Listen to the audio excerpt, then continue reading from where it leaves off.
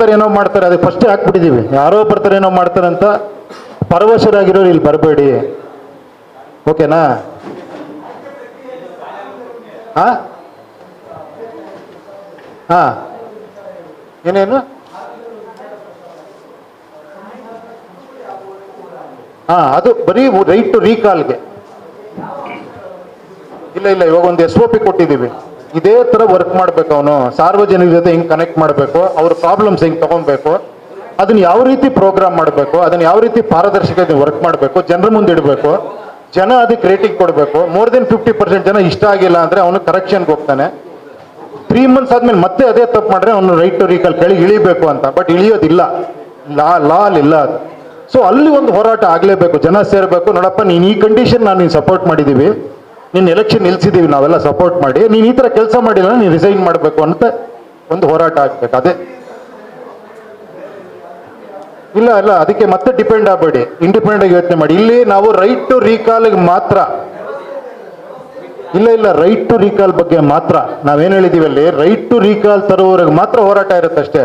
ಆಮೇಲೆ ಹೋರಾಟ ಬೇಕಾಗಿಲ್ಲ, ನಾವು ವೋಟ್ ಮಾಡಿ ಅವ್ನು ಕೆಳಗಿಳಿಸ್ತೀವಿ, ಹೋರಾಟ ಮಾಡೋದೇ ಬೇಕಾಗಿಲ್ಲ. ಯಾರು ಏಜ್ಡ್ ಪೀಪಲ್ ಕೇಳಬೇಕಾಯ್ತು, ಇದನ್ನ ನೀವು ಕೇಳ್ತಾ ಇದ್ದೀರಾ? ಹಾ,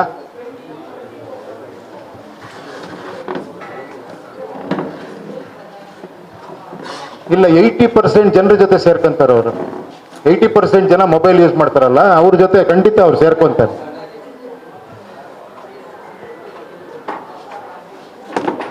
ಹೌದು.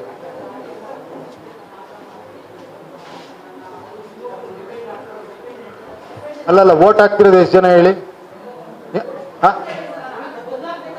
ಅಲ್ಲ ನೋಡಿ, 80% ಬಂದಿದ್ದೀವಿ ನಾವು, 60ಇಂದ 80ಗೆ ಬಂದಿದ್ದೀವಿ. ನೋಡೋಣ. ಕೇಳಿ ಒಂದು ನಿಮಿಷ, ನಾನು ತಿರುಪತಿ ಬೆಟ್ಟ ಹತ್ಬೇಕು, ಫಸ್ಟ್ ಸ್ಟೆಪ್ ಇಡೋದು ಎಲ್ಲ ಬಹಳ ಮುಖ್ಯ. ಅದು ನಾನು ಫಸ್ಟ್ ಅಲ್ಲಿ ಯೋಚನೆ ಮಾಡ್ಬಿಟ್ರೆ, ಅಲ್ಲಲ್ಲ, ಏನಂದ್ರೆ ಇಲ್ಲಿ ನೋಡಿ, ಇದು ಪಾರ್ಟಿ ಡಿಪೆಂಡೆನ್ಸಿ ಇಲ್ಲ, ಓಕೆನಾ? ಬಿ ಫಾರಂ ಕೊಡೋ ಡಿಪೆಂಡೆನ್ಸಿ ಇಲ್ಲ, ಜನನೇ ಕೊಡ್ತಾರೆ. ಅರ್ಥ ಆಯ್ತಾ? ಅದಕ್ಕೋಸ್ಕರ ಇಂಡಿಪೆಂಡೆಂಟ್ ಅಂತ ಹೇಳಿರೋದು. ಇಲ್ಲಿ ನಿಮಗಿಷ್ಟ ಆದ್ರೆ ನೀವು ಈ ಫೋರಂ ಬರ್ಬೋದು, ನಿಮ್ಗೆ ಇಷ್ಟ ಆದ್ರೆ 4 ಜನಕ್ಕೆ ಹೇಳ್ಬೋದು ಇದನ್ನ. ನೋಡಿ, ಈ ತರ ಒಂದು ನಮ್ದೇ ಪ್ಲಾಟ್ಫಾರ್ಮ್ ಇದೆ, ಇದು ನಿಮ್ದೇ ಪಾರ್ಟಿ, ಇದು UPPಗೆ ಇದಕ್ಕೆ ಸಂಬಂಧ ಇಲ್ಲ, ಓಕೆನಾ? ಇದು ನಿಮ್ದೇ ಪಾರ್ಟಿ, ನೀವು ಏರಿಯಾ ವೈಸ್ ನೀವೇ ಕನೆಕ್ಟ್ ಆಗ್ಬೋದು, ನೀವೇ ಒಬ್ಬ ನಿಲ್ಸ್ಕೊಬೋದು, ನೀವೇ ಯಾರು ನಿಂತಿರೋ ಸಪೋರ್ಟ್ ಮಾಡ್ಬೋದು, ನೀವೇ ಅವ್ನಿಗೆ ಹೋಗಿ ಹೇಳ್ಬೋದು ಹಿಂಗೆ ಕೆಲಸ ಮಾಡಬೇಕು ಅಂತ. ಒಂದು ಇನ್ವಾಲ್ವ್ಮೆಂಟ್ಗೋಸ್ಕರ ಅಷ್ಟೇ. ಎಲ್ಲಿವರೆಗೆ ಜನ ಇನ್ವಾಲ್ವ್ ಆಗಲ್ಲ ಅಲ್ಲಿವರೆಗೆ ಆಗಲ್ಲ. ನಾನು ಒಬ್ಬನಿಗೆ ವೋಟ್ ಮಾಡಿ ಬಿಟ್ಬಿಡ್ತೀನಿ, ಅವ್ರು ಏನು ಮಾಡ್ಕೊಂತಾರ ಮಾಡ್ಕೊಳ್ಳಿ ಅಂದ್ರೆ ಅದು ಖಂಡಿತ ನಾನು ಮಾಡಿದ್ರೆ ನಾಳೆ ಅದೇ ಮಾಡ್ತೀನಿ ನಾನು, ಅಲ್ವಾ?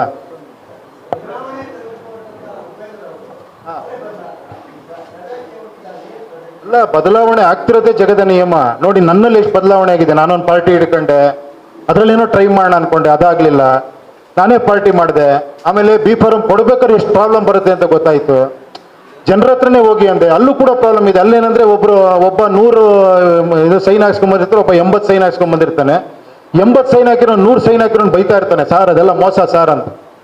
ಅವರು ಒಂದೇ ಏರಿಯಲ್ಲಿ ಇರ್ತಾರೆ, ಅವರೇ ಮಾತಾಡ್ಕೊಬೋದು, ಅವರೇ ಚೆಕ್ ಮಾಡ್ಕೊಬೋದು. ಬಟ್ ನನ್ನ ಹತ್ರ ಬಂದು ಟಿಕೆಟ್ ಕೊಡ್ಬೇಕಾದ್ರೆ ಗಲಾಟೆ ಮಾಡ್ತಾರೆ. ಅಂದ್ರೆ ಅರ್ಥ ಆಯ್ತಾ ನಿಮ್ಗೆ? ಸೊ ಇದು ಟೆಕ್ನಿಕಲಿ ಇವಾಗ ಎಲ್ರಿಗೂ ಕಾಣಿಸುತ್ತೆ, ಯಾರಿಗೆ ಸಪೋರ್ಟ್ ಮಾಡಿದ್ದಾರೆ, ಯಾರಿಗೆ ಎಷ್ಟು ರೇಟಿಂಗ್ ಬಂದಿದೆ ಎಲ್ಲ ಗೊತ್ತಾಗ್ಬಿಡುತ್ತೆ. ಇಲ್ಲಿ ನಾನೇನು ಮುಚ್ಚಿಡೋ ಅಂಥದ್ದು ಏನಿಲ್ಲ ಇಲ್ಲಿ.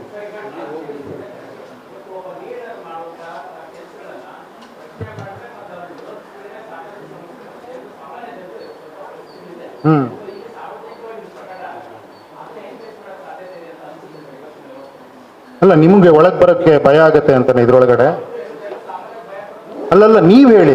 ನಾನು ಇಲ್ಲೇನು ಗೊತ್ತಾ, ನನ್ನ ಒಪಿನಿಯನ್ ನಾನು ಹೇಳ್ಬೇಕಷ್ಟೇ. ಹೇಳಿ ಒಂದು ನಿಮಿಷ, ಯಾಕೆ ಅಂತ ಹೇಳ್ತೀನಿ. ಯಾಕೆ ಗೊತ್ತಾ, ನಾನು ಇನ್ನೊಬ್ರು ಒಪಿನಿಯನ್ ಹೇಳ್ಬೇಕಾದ್ರೆ ನಾನು I may be wrong or right, ನನಗೆ ಗೊತ್ತಿಲ್ಲ. ಅದೇ ಪ್ರತಿನಿಧಿ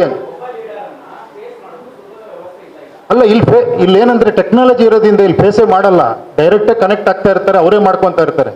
ಅದಾದ್ರ ಮೇಲೆ ಒಬ್ಬ ಇಂಡಿಪೆಂಡೆಂಟ್ ಎಲೆಕ್ಷನ್ ನಿಂತ್ಕೊಂಡ್ರು ಕೂಡ ಅವನಿಗೆ ಬಂದು ಥ್ರೆಟ್ ಮಾಡ್ಬೋದು, ನೀನು ನಿಂತ್ಕೊಂಡ್ಬೇಡಯ್ಯ ಅಂತ.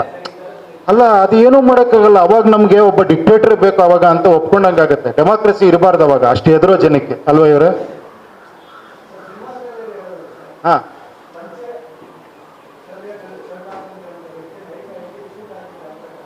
ಇಲ್ಲ ಕನ್ನಡದಲ್ಲಿ ಹಾಕ್ರಿ. ಇದು ನೋಡಿ, ಕ್ಲೀನಾಗಿ ಓದ್ಬೋದು, ಒಬ್ರು ಓದಿರೋ ಇನ್ನೊಬ್ರಿಗೆ ಹೇಳ್ಬೋದು. ಆ ಥರ ಏನಿಲ್ಲ. ಅಷ್ಟು ಕಾಂಪ್ಲಿಕೇಟೆಡ್ ಇದೆ ಅನ್ನಿಸ್ತಾ ನಿಮ್ಗೆ? ಯಾರಿಗಾರ ಅನ್ನಿಸ್ತಾ ಇವ್ರೆ?